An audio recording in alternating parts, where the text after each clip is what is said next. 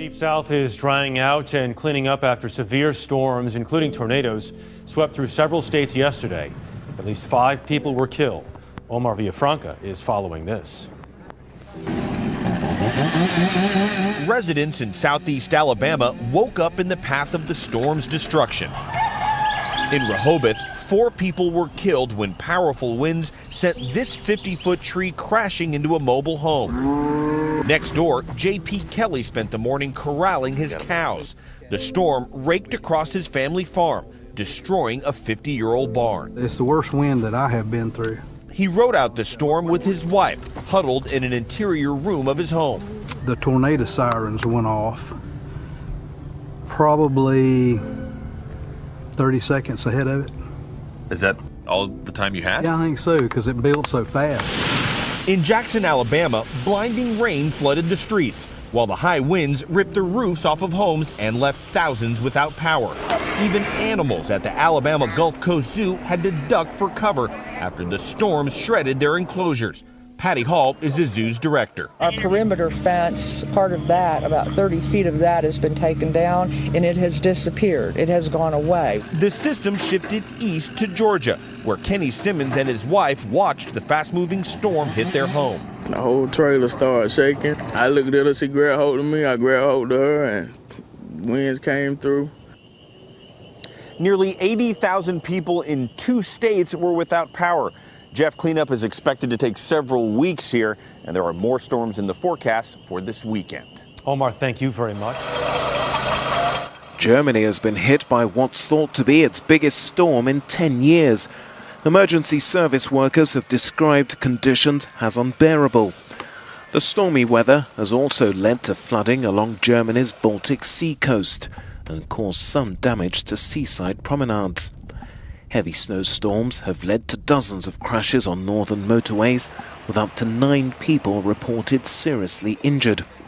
Icy roads have also meant long delays and serious disruption for travellers.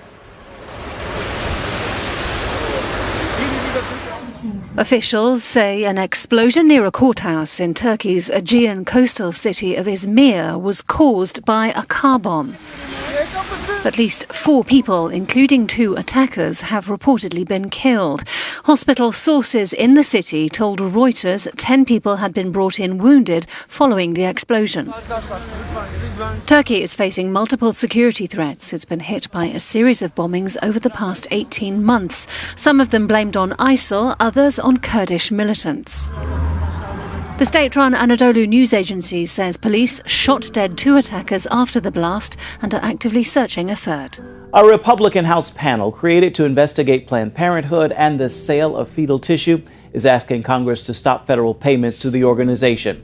The panel's report has just been released, accusing the abortion giant of violating federal laws. It says Planned Parenthood altered abortion procedures to obtain the fetal tissue that would later be sold. Congresswoman Marsha Blackburn, who is on the panel, said, quote, "The select panel's relentless fact-finding investigation has laid bare the grisly reality of an abortion industry that is driven by profit, unconcerned by matters of basic ethics." A senior counsel for the Alliance Defending Freedom, Senior Counsel Stephen H. Aden, also said Congress should end taxpayer subsidies of the abortion business that has enjoyed nearly $1 billion in profits over the last decade, while taking more than $4 billion from American taxpayers.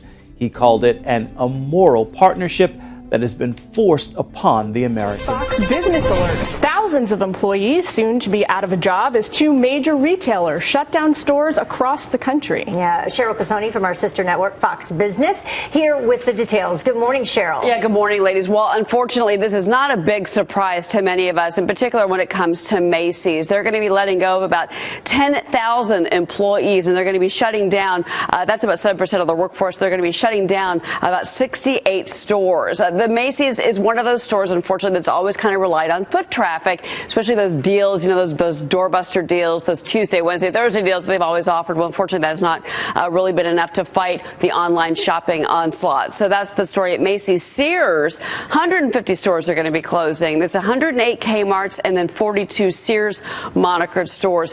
Both of these stores, though, we should say, have a lot of very expensive real estate in their portfolios. Both of them plan to sell some of that real estate. That should help offset the bottom line. Macy's in particular says they're going to really focus on digital property, which means online shopping. Interesting. I feel like Macy's is one of those stores where there's always a million people around and no one who wants to help you, so maybe this will be a good thing for us shoppers. Inside the battle against a deadly narcotic, a synthetic painkiller 100 times more powerful than morphine. As a street drug, it's far more potent than even the purest forms of heroin. Fentanyl is taking the opioid epidemic to a new level of urgency, especially in New Hampshire, where the monster drug kills far more people than gun violence. So what's the DEA doing to stop it from spreading? ABC senior justice correspondent Pierre Thomas reports from the front lines. Lubbock, Texas. Covered head to toe using oxygen tanks to breathe, you would think these officers are about to come in contact with a deadly disease. But this is an alleged illegal drug lab. Us just being here next door and just regular stuff like that, and we could have been exposed. Inside, officers are searching for something so lethal and toxic that law enforcement can't afford to take any chances. All of this because they're about to come in contact with fentanyl, a synthetic opioid often mixed with heroin, but up to 40 times more powerful, and leaving a deadly trail across the country. This heroin overdose is one of more than 80 in just 3 days around the tri-state. As heroin sweeps across the nation, fentanyl is making it even more dangerous. And now users are taking it in bootleg pill form, mixed with God knows what. In 2015, the number of opioid deaths surpassed 30,000, fueled in part by the surge in fentanyl overdoses, far outpacing deaths by gun-related homicides. So toxic that the DEA recently sent out a warning to police around the country with this chilling story. Grabbed the bag and I closed it up, forcing the air out of it so I get a good seal. And when I did that, a bunch of it poofed up into the air, right into our face, and we ended up inhaling it. I felt like my body was shutting down. You actually felt like you were dying. And you have to be that careful every day. Yes.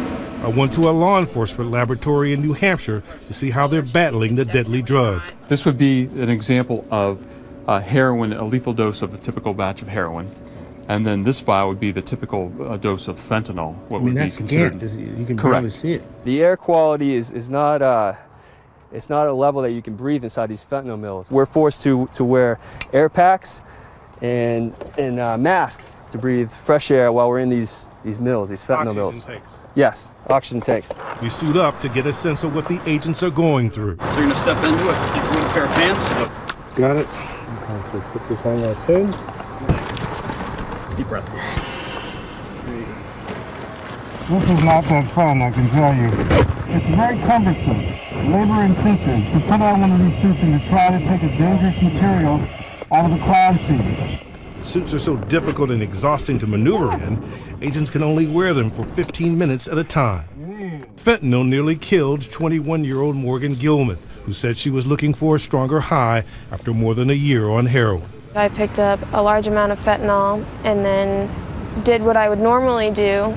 And then on my drive home, I was doing about 80 on the highway when I OD'd at the wheel. She crashed, waking up handcuffed to a hospital bed. Did that make you want to get off the drug, or did you still have a desire for it? I was so afraid of detoxing. The Iraqi army faces great resistance in its campaign to liberate parts of its country from ISIS. Here's some of the latest video from the ongoing battle to defeat the Islamic State in Mosul. Iraqi forces are advancing one neighborhood at a time, but the fight has been fierce. Since the Mosul operation started in October of 2016, Iraqi troops have taken back a quarter of the city. As Chris Mitchell reports now from an area near Mosul, some on the front lines see their efforts as part of a much larger war against evil. You really got to understand that prayer works. It's not just a cliche. So be fervent in your prayers. Victor Marks believes prayer makes a difference. That vehicle right there, that's one of our armored vehicles. And I'm telling you right now, that thing has taken RPG shots from like 30 meters away that's missed. and been right in the middle of fire, and there's not one round hit on it. And that's because of the power of prayer. Really, Christians at home must pray. So what do Christians serving here want people at home to pray? Dave Eubank leads a team on the front lines, offering medical and humanitarian aid. That ISIS will be quickly defeated, that to me, all peoples will be free. Kurdistan, I think, should have its own place. And that the Shia and the Sunni and others will, and the Christians, will learn how to live together. Not learn, this is the power of God. We need that. It's not a learning issue, it's a heart issue and a spiritual issue. I think those are the main things to pray for. CBN News joined Sister Diana in the Christian town of Karakosh, devastated by ISIS. She wants prayer for those suffering across northern Iraq. I pray that people will have passion toward their brothers and sisters who are suffering here, to help them, to pray that God will send people to support us to rebuild all this. This is going to need some support, and to hold us in their daily prayers so God will give us strength and to continue our faith. This battle goes beyond soldiers and fighters. It's real moms with babies and children. It's husbands who've been killed. It's men who no longer have work, or they've been diminished to such place of, shame and guilt. Dalton Thomas leads a ministry supporting the Kurdish military and relief aid. When I pray for Kurdistan, I pray the same things over and over again. Lord, I pray, give the leaders geopolitically wisdom to pour water on the fire and not gasoline. And I pray Colossians 4, Lord, open up a door for the gospel to be proclaimed as it ought to be proclaimed here. And those are my two prayers. Lord, restrain the advance of the hands of wicked men and open up a door for the good news of the gospel to go forth, because this place needs good news, and it's been ravaged by bad news for far too long. Thomas and others believe a worldwide war room of prayer will make a difference on the front lines. Chris Mitchell, CBN News,